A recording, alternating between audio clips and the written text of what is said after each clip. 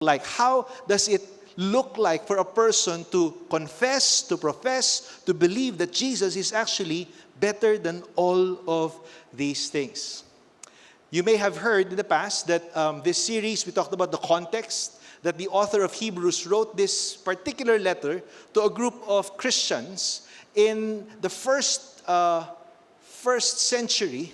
And he wrote this in a time with the people living in a urbanized city like us, facing a lot of problems like us, and tempted in many ways as well, like us. And because of all of these pressures, not only internally but also socially, but also even their government is persecuting them or about to persecute them heavily.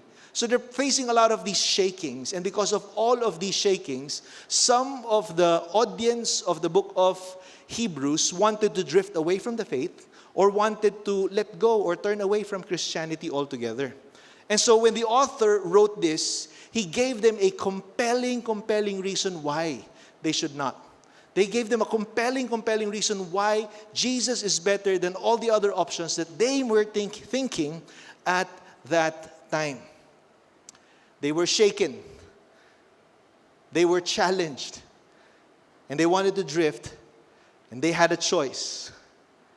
Likewise for us, we have been talking about that the choices that we have in light of the shakings that we have been experiencing, both personally or relationally, financially, health-wise. Maybe we're facing some shakings. But how do we stay strong? How do we live out a faith that magnifies, that depicts that Jesus is actually greater than? Well, if you remember all the preachings of the past, combine that all, it gives us a good summary in chapter 12 that because of who Jesus is and what He has done for us, in chapter 28 it says, in chapter 12 verse 28 it says there that we are receiving an unshakable kingdom. That in Christ we are receiving this powerful, unshakable kingdom. In fact, I'd like for us to look at Hebrews 13:8. It says there, this Jesus who's better than all of these things, He is the same yesterday, today, and forever. He has been faithful, He is faithful, and will always be faithful. He has given us access. He gives us access, and He will always give us access. He has been the stable ground for our faith. He is our stable ground for our faith, and He will always be the stable ground of our faith. You see, I'd like for us to know this. You are a part of an unshakable kingdom, and it is built on the risen King. You are part of an unshakable kingdom. Now, we're seeing it more and more in our lives, but we will see that as we've learned from the past 2 weeks, that it is a kingdom that we will see more and more in the other side of eternity. You are part of this unshakable kingdom, and it is built because our King is a risen King. And so with that, how do we live this out? How do we live this out? Well, there are actually several imperatives na binigay yung author ng Hebrews, no? So, but we'll just look at a few so that we will know how to apply that today in us. The first one is in Hebrews 13:1. It says, "Let brotherly love continue." Can you say brotherly love? Let brotherly love continue. Kung naniniwala ka daw na si Jesus greater, kung naniniwala ka na siya talaga yung access natin kay Lord, siya yung atonement natin, secure tayo sa faith natin sa Kanya, isang expression daw nito is that you should continually love your brothers and sisters in the faith. Pakitingnan naman yung katabi natin. Yan yung assignment, no? Okay? Pakitingnan naman yung kabila. Yan, mga assignment natin sila. God called us to give them brotherly love. In other words, we are called to love continually. When we speak of brotherly love, no, the word here that was used in the Greek was Philadelphia, which means brotherly love. And other words that describe brotherly love is covenantal loyalty. And the other one is kindness. Okay? I like those words. Paano daw tayo magmamahal ng mga kasama natin sa church? Kailangan natin ng covenantal loyalty. Now, please note, it said covenantal loyalty, not blind loyalty. Ibig sabihin, hindi porke kapatid mo sa church, tas gumagawa ng mali, ito tolerate mo lang. No, because that's blind loyalty. The covenantal loyalty is because we are here, as chapter 10 said, we are here called to spur one another towards love and good deeds. When we see a brother who's committing something erroneous or something that is not pleasing in the eyes of God, brotherly love will speak and address that person. It is also not artificial loyalty.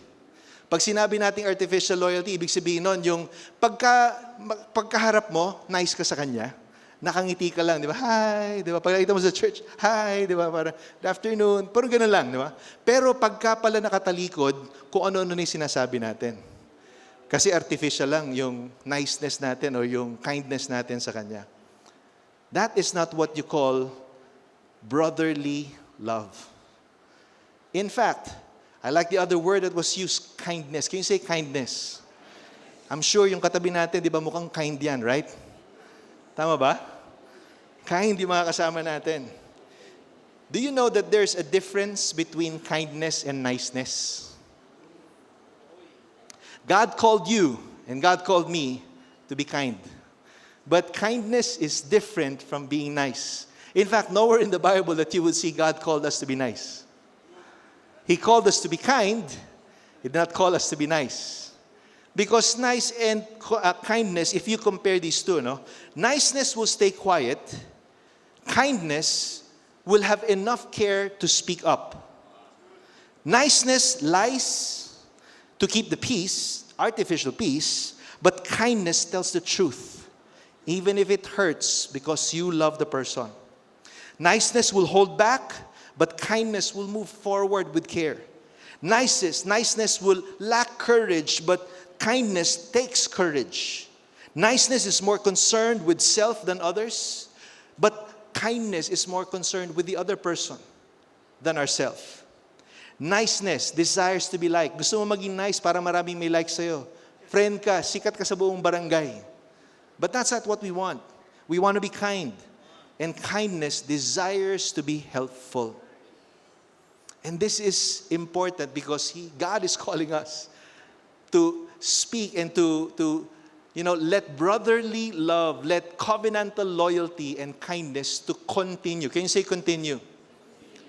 Ang hirap actually i-continue niyan, di ba? Yung kindness. Ang hirap gawin yan kasi lalong-lalo na kung maraming mga pinagdadaanan, kung may pressure, naku, ang hirap maging kind, right? Naalala ko about 2 weeks ago or 3 weeks ago, there was a strong rain in Katipunan. Tama ba? 3 weeks ago lang ba? Tama. Oh. So in Quezon City area, I'm not sure if you are part of, or you live nearby, but during that particular day, that particular Saturday, 5 days worth of rain fell in 1 hour in a particular district in Quezon City. So hindi ko alam kung tinetest ni Lord yung mga flood control system ng district na yan, pero nangyari lang talaga 5 days worth.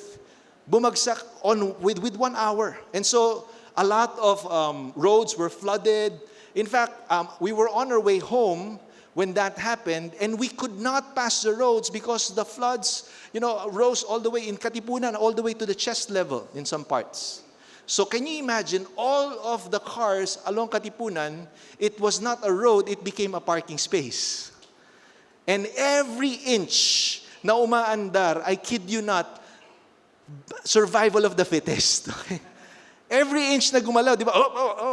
Parang nag-uunahan yung mga tao, And grabe yung busina. I mean, first time ko naka-experience, after siguro mga 2 hours na nasa traffic ka lang, First time ko na-experience yun, yung mga tao, parang kada kibot mo may busina.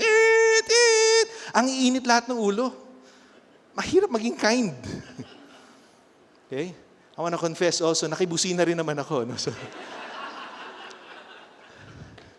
ang hirap kasi. Ang hirap maging kind. Lalong-lalo na pagka ganun kainit yung pinagdadaanan natin. But in spite of the shakings, the difficult times, if we really understand Jesus is greater, we would also see that there is grace to be kind. even in those times. You know this. Sa pamilya natin, di ba, pagka mainit yung mga ulo, may pinagdadaanan. Kung medyo kulang na yung tuition fee, kung medyo maraming bills na hindi pa nababayaran, kung merong mga nangyayari sa school na stress yung mga bata, di ba? How many of you know that is tension? That is like a volcano brewing. And in that moment, it's hard to be kind. In church, with all of the things that are happening in church, sometimes it is also hard to be kind, but yet, I believe if you understand the grace of Christ available for us every single day, we can take heed of that command that we can love continually. You see, if Christ is in us, we should not stop treating each other with covenantal loyalty and kindness. This is true with our words, with our interactions, but how many of you know this is also true with our social interactions? Tell you a story. About 3 years ago, a student messaged me and said, "Pastor, can I talk to you?" And I said, sure, sige. I'm going to give you a call. What's your number? And then he gave me his number, and then I called him. And he said, "Pastor, I have learned about what's happening in our church, and I've learned about what you said. I was so pissed at you. I was so pissed at the church. I was so tempted to rant about you online, to call you names, and to call our church so many names. But I stopped because I care for you and I care for our church. And so instead of ranting, here I am saying to you all of these things that are brewing in my heart. Please clarify what happened." And I was so moved by what he said and what he did. Because nowadays, it is so easy to cancel people online. Nowadays, it is so easy to make up certain facts and certain information, throw it out there online, not minding the other person's feelings, not minding the feelings of the church, not minding about people, just concerned about that you want to rant. But that's not kindness. Kindness is you are able to speak to the guy face to face and tell that person what's wrong. And God is expecting us to show love that way. We're not to hide behind our phones. We're not to hide behind our screens and our keyboards. God is calling us, if you love that person, talk to that person straight, face to face. And we need people who are like that to us, because we need true brotherly love. Okay? Another expression of living out our faith is in Hebrews 13, 2-3, verse 2-3. No? Sabi niya, "Do not neglect to show hospitality to strangers, for thereby some have entertained angels unawares. Remember those who are in prison, as though in prison with them, and those who are mistreated, since you also are in the body." In other words, God is calling us to live compassionately. Can you say compassionately? We are to love continually. We are supposed to live compassionately as well. When you think about hospitality or welcoming people in your home and remembering people who are oppressed, those in prison, especially fellow believers who have been falsely accused, church in the first century is a hallmark of that. They are an epitome of that. In fact, even non-Christians took note of that and wrote it in historical books. One of them was Emperor Julian the Apostate. He said this about Christians, okay? These impious Galileans, okay? Hindi pa Kristiyano yung term nila at that time. They don't have the term Christian at that time. No? So these impious Galileans not only feed their own poor, but ours also. Welcoming them in their agape or their communion or their services. Okay? They attract them as children are attracted with cakes. For it is disgraceful that when no Jew ever has to beg, and the impious Galileans support not only their own poor but ours as well, all men see that our people lack aid from us. So, nagkakaroon ng comparison. Yung mga Christian, kahit hindi kami Kristiyano, tinutulungan kami. Kayo na mga nasa poder, kayo na may kapangyarihan, kayo na may mga resources, wala kayong ginagawa. Ayan na, okay. Wala po tayo sa Luneta ngayon, pero Christians then, even though they were stretched, they were shaken, they were tight. How many of you know, when you're tight, it's hard to be generous? Because you would rather keep it than give it. But the early Christians gave. In fact, some accounts would say, when there is somebody who's poor, in order for them to feed that person, they would rather fast for 2 to 3 days so that they can give their food to the poor. Grabe yung hospitality.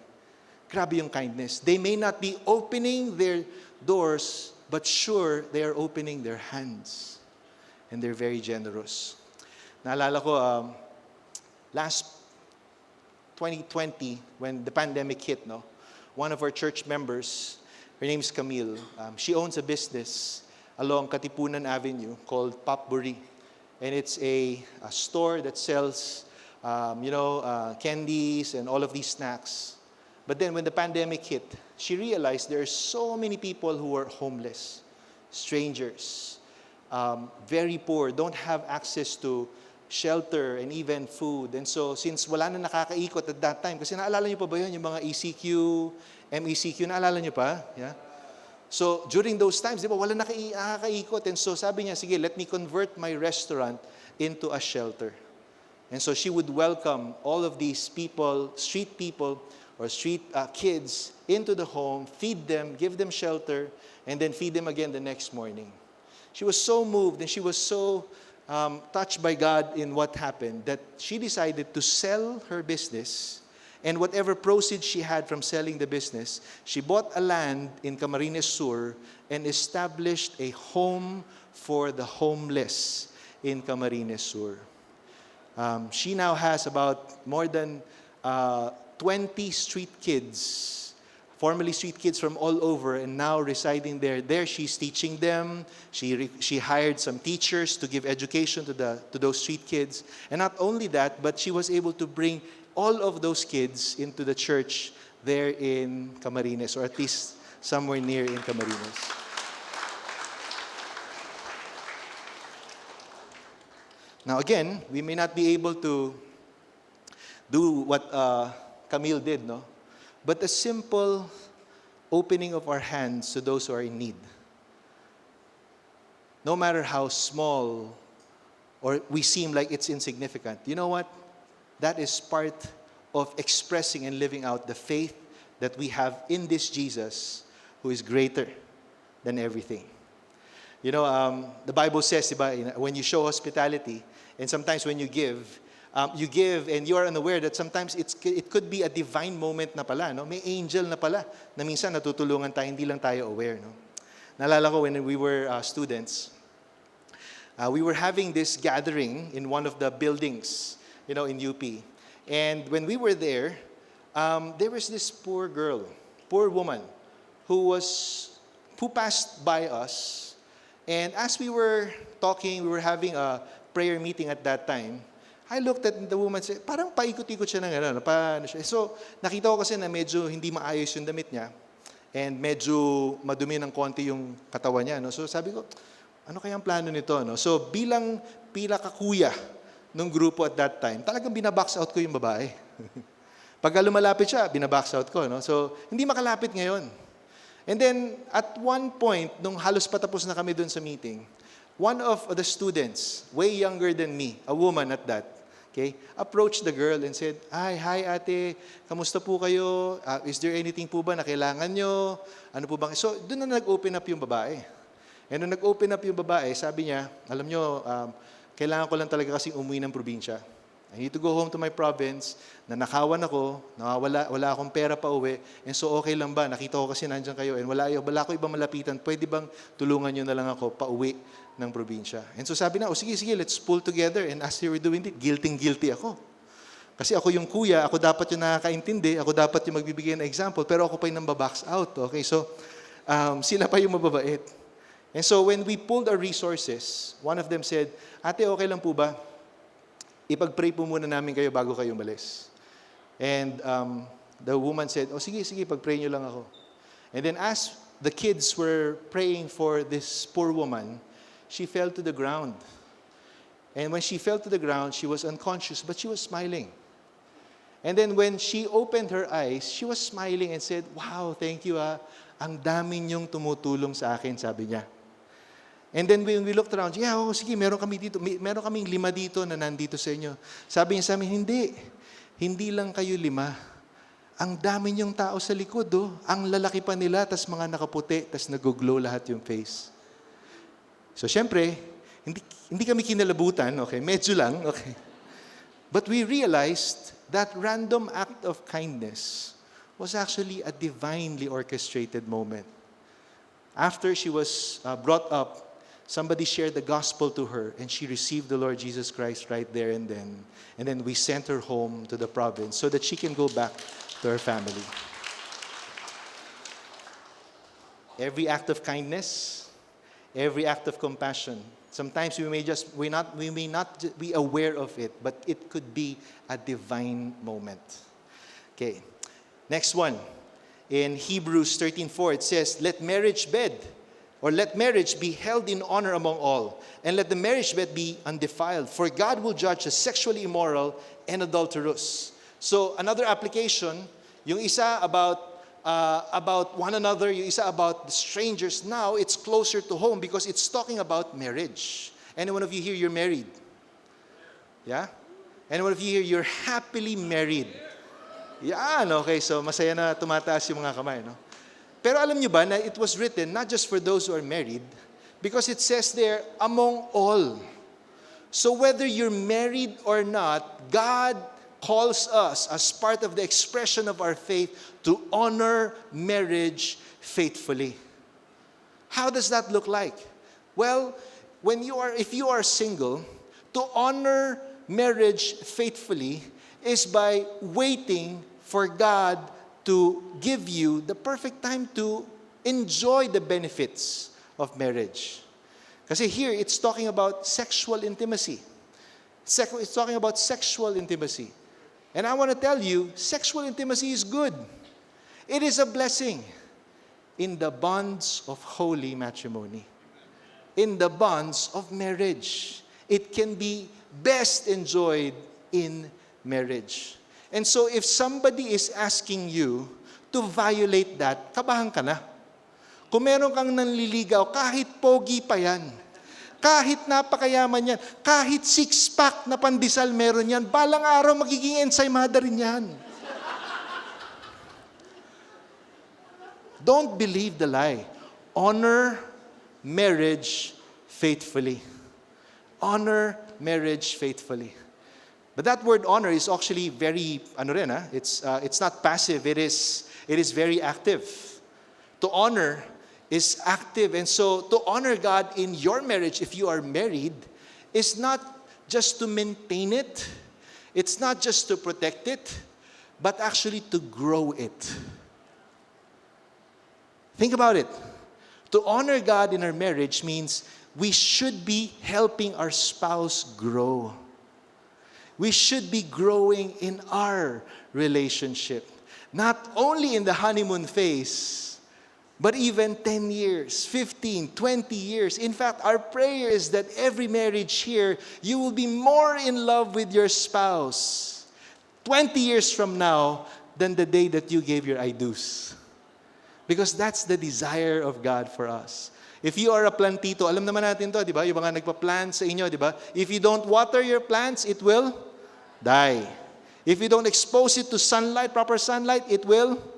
If you don't cultivate the soil, it will also die. The same thing goes with our relationship with our spouse.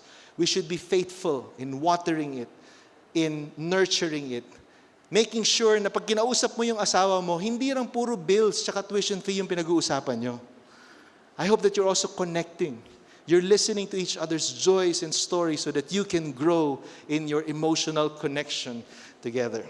Finally, last one, okay, is in Hebrews 13:5. It says, keep your life free from the love of money and be content. Can you say content? Content with what you have, for he has said, I will never leave you nor forsake you. In other words, live contentedly. Love continually, live compassionately, honor marriage faithfully, And finally, it's to live contentedly. I like the comparison that he said between love of money and contentment. Paul said to Timothy in 1 Timothy 6:10, "For the love of money is a root of all kinds of evils." And the antidote to a love of money is our grace received from Christ to be content. Alam nyo, sa mga binabasa natin ngayon, di ba? Sa mga napapanood mo sa Facebook or YouTube, lahat ng mga balita, di ba? Nakita mo lang kung paano yung mga ibang tao, paano kaya nakakatulog yung tao, no? Kahit na milyon-milyon yung nakalagay doon sa table, tas pinagpaparti-partihan nila, tapos ginagamble nila kung saan-saan lang, ano? Paano kaya nakakatulog yung mga yan, ano? I mean, if you come to think of it, some senator said, corruption in our country now is so brazen, so bold. Wala na talagang hiya. Pero ang ba natin na yung corruption na ganon, hindi naman isang araw lang 1 billion agad yung ninakaw. Isang araw lang 300 million agad yung nilagay. Isang araw lang 90 million yung ginambol sa casino. Hindi naman nagsisimulang ganun yun. It starts with the little things. It starts with the love of money, which ang cry lang ng love of money is, I want more. I want more. Hindi sapat yung meron ako. Gusto ko yung meron siya. Gusto ko yung nakikita ko sa Facebook feed niya. I want that. It starts with the little things. That's why I like what Bishop Manny said in the video. Yes, we're praying. Yes, we are participating. Yes, we are protesting. But we also need to be circumspect, mga kapatid. Kailangan din i-analyze natin yung sarili natin. Kasi if there's a change that we want to happen in this nation, guess what? It should start from us. If we want righteousness to prevail in this nation, if we want corruption to end in this nation, then guess what? It should start from us. Tama na yung pagkuha ng mga paper clips sa office. Tama na yung pag-uwi ng mga pen. Okay? Tama na yung mga pag-uwi ng kokomban. Okay? Tama na yung pagkakat ng time. Tama na yung pag-EML, di ba, habang nasa trabaho ka. Because we want to set a good example, because we want to live honestly and righteously, because we know we are here to please not men, but we are here to please God. And it starts by being content. By being content in God. I like it. Ang problem natin, we don't have enough. Kasi nga, pag may pera ka, di ba, feeling mo mas secure? Feeling mo mas significant ka. Pero ang magandang message nitong sa sinabi sa Hebrews is, sufficient na yung I will never leave you nor forsake you. That if we have Jesus who is greater, then we don't have any need for anything else because we know He will provide, He will care, He will heal, He will save, He will redeem because He is greater. Let me close with this story. In church, few years ago, one of our women encountered, for 1 year, she encountered a lot of problems. In that year, she lost her job. In the same year, she lost her husband.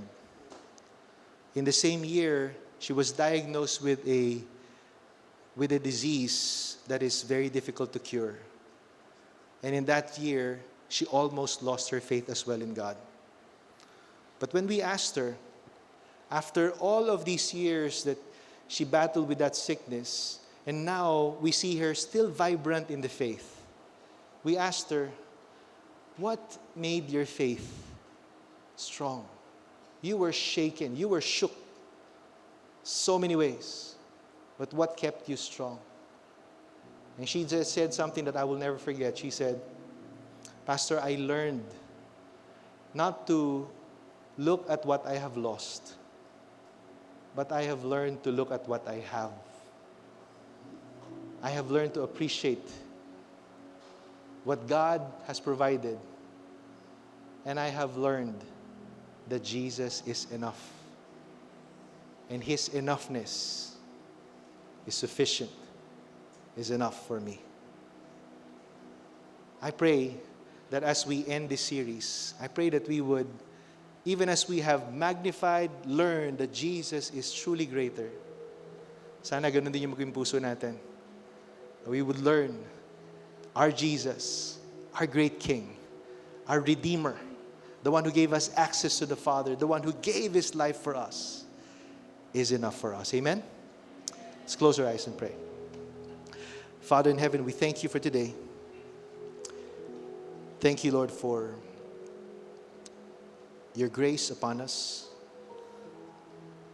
Thank You, Lord, that for those of us who are experiencing some shakings right now, I pray, let Your grace be upon them. And I pray that You would assure them that You will never leave them nor forsake them, and that You are beside them. God, thank You that even now as You are ministering, Lord, You are removing worries and anxieties, and You're granting peace. So we receive that in Jesus' name. Father in heaven, I pray also for our brothers and sisters, Lord. Lord, let us live in a way that pleases You.